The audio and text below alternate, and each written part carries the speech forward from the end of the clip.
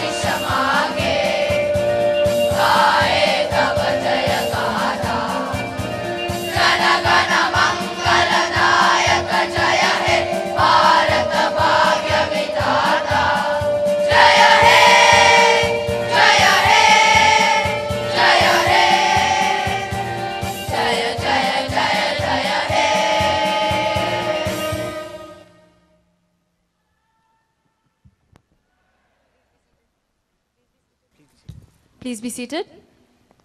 Parade. Standardies. Namaskar, Vanakkam, Sat Sri Akal.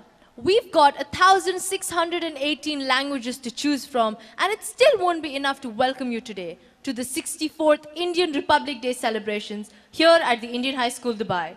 My name is Nandita Banerjee. And I am Tejas Hariharan, and we will be your hosts for today. A special occasion calls for special people. And today, we have the Consul General of India, His Excellency Sanjay Verma, to grace the occasion. Sir, it is our privilege and honor to request you to read out to us the President's message to the nation and to address the gathering.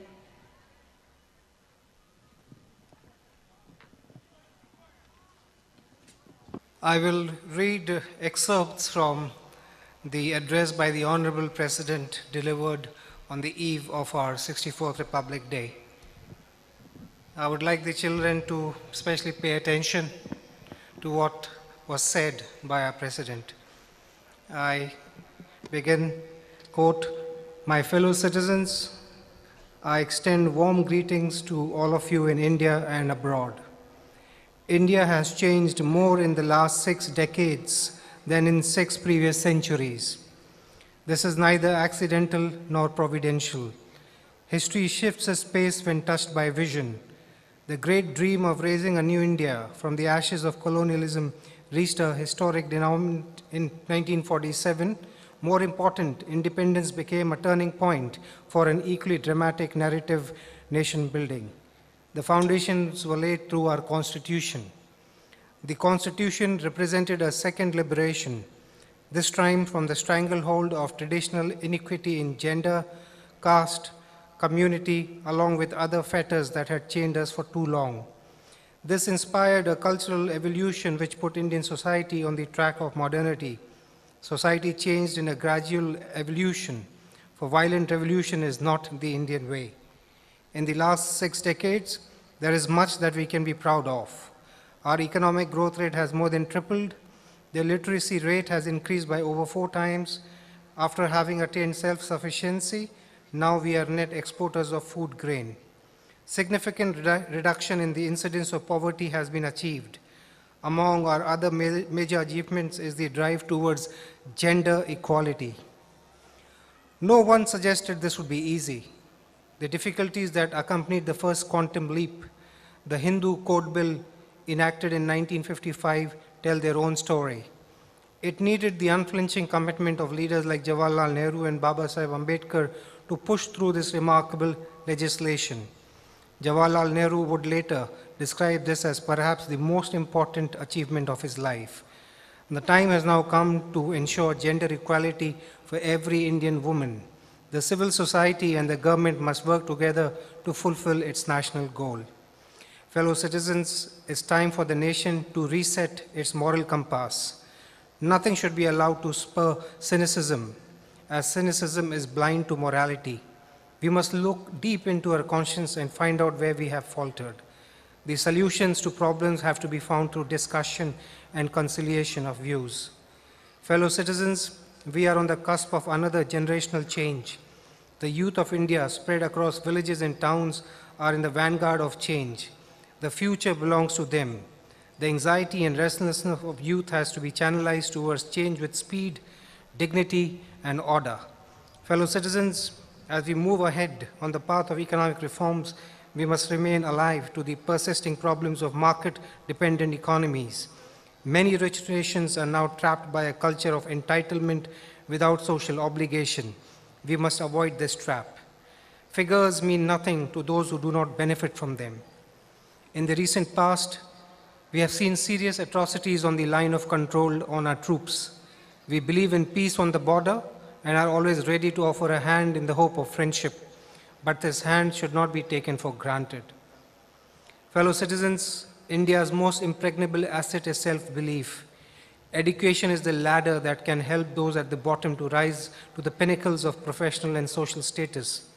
Education is the mantra that can transform our economic fortunes and eliminate the gaps that have made our society unequal. On a 64th Republic Day, there may be some reasons for concern, but none for despair. If India has changed more in 6 decades than 6 previous centuries, then I promise you that it will change more in the next 10 years than in the previous 60. India's enduring vitality is at work. Even the British sensed that they were leaving a land which was very different from the one they had occupied. At the base of the Jaipur column in Rashtrapati Bhavan, there is an inscription: in thought, faith; in word, wisdom; in deed, courage; in life, service. So may India be great. The spirit of India is written in stone. Jai Hind.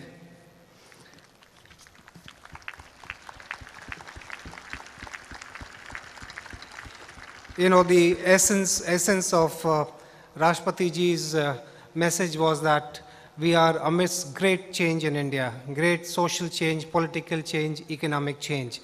And India has changed more in the last 6 decades than in the last 600 years. But this change is going to be even faster. And in the next 10 years, we have to do more than what we have done in the last 60. And you, the children here, children in India, the youth of India, the future is yours. You have to build on the great nation-building experiment which began in 1947. Today we are celebrating the Constitution.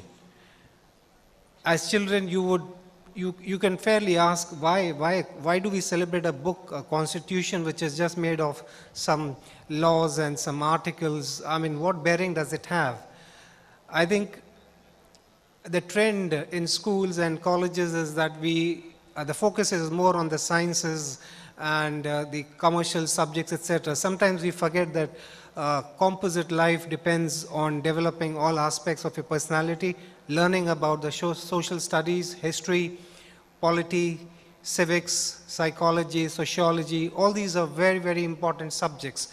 So I would advise students, all of you who will, move on to doing science and commerce subjects, is pick up the Constitution. Don't read it in detail, but read the preamble, read the directive principles, read what is the summary of the Constitution.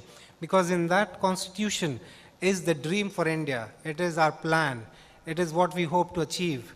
Please remember, when you're in class and you look around, there is so much diversity in the classmates you have. They come from different religions, they speak different languages at home, their food habits are different. Sometimes the approach to life is different. So when you think and you move from the classroom to the country, you can think of multiplying the diversity by, 1 billion. How do you compress the diversity? How do you give direction to the diversity? That direction comes from the Constitution. In a country where we are very religious, we follow so many faiths, we have so many holy books and granths and Vedas and practices. To be fair, as citizens, I think there cannot be a bigger book than the Constitution. Read it. It gives you your entitlements, it gives you your responsibilities, it gives you your rights. This book in the Constitution of India should be held dearly by you and should be enforced. When you grow up, enforce the Constitution. You see any deficits in life, in your workplace, in the country, implement those, what's been written in the Constitution. It's a great document. When Pandit Nehru said that probably more than independence, the Hindu Code Bill was more important to him, what he was trying to say is that when we won independence, we were actually celebrating 150 years of bondage. But the Hindu Code Bill, by changing social laws, actually changed what we were doing for over thousands of years. And that is the essence of the Constitution. I don't know if this makes much sense to you. You're still children and you're still occupied by more immediate things in life. But as you grow, treat the Constitution with respect, give it the energy it needs. The Constitution is which has held us in good state over the last 64 years, and I see it doing it for many, many more years. With these thoughts, I wish all of you a very happy 64th Republic Day. Be proud. You come from a great country, a country which reflects what the world will be. In that we respect diversity, we respect different religions, and we are telling the world that you may come from different persuasions, but you can all live together and prosper. Thank you, and have a good day.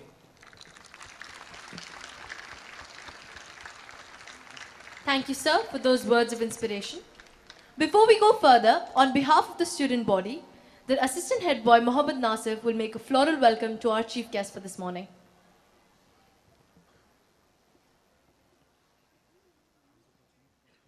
A round of applause, please.